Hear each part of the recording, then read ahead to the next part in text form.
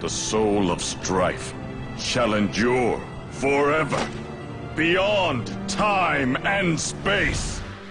This countdown just wouldn't be complete if I didn't bring up the original Final Fantasy villain, Garland. He might be from an old game, but he's still worth discussing, I think.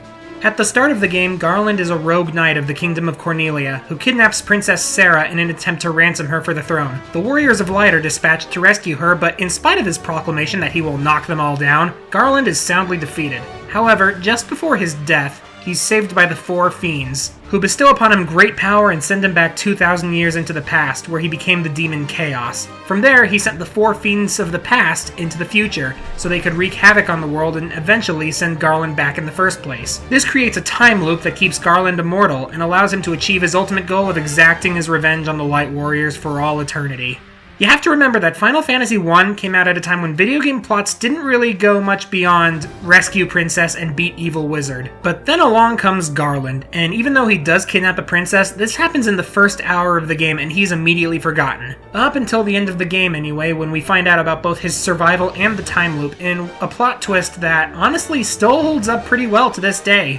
His motivation, later on in the game at least, isn't exactly complex or sympathetic, but it's really interesting when you stop to think about it. Keeping in mind the time loop, if his plan works out, he'll kill the Light Warriors, live for 2,000 more years, get sent back to do the whole thing over again. He doesn't want to merely get revenge. He wants to keep getting revenge on the Warriors of Light for the rest of time. That is hardcore. The combat against him is kind of a mixed bag. The first fight against Garland at the beginning of the game is pathetically easy, which is to be expected since he's the first major fight of the game, and the series for that matter. But when he transforms into the Demon Chaos, he really pulls out all the stops, especially in the remakes where he gets a ton of extra HP. I wasn't really sure how to rank him in terms of combat, considering the two fights are polar opposites, but considering that this is the first game in the series, and the easy first fight helps serve as the plot twist later on, I'll be a bit lenient here. And while it doesn't really affect his place on the list, he's given a lot of extra depth with his characterization in Dissidia Final Fantasy. In that game, he's completely obsessed with violence and war, and he uses the time loop as a means of constantly being able to fight for all eternity, not specifically for revenge. It's an interpretation of the character that you can read into the original if you so choose, so that has to count for something at least. Overall, Garland started a lot of trends in this series, like villains who screw with the space-time continuum, villains who wear menacing armor, and final fights involving some sort of big, scary transformation. He might not be the most complex villain out there, but he does hold a special place in the hearts of many fans of this series.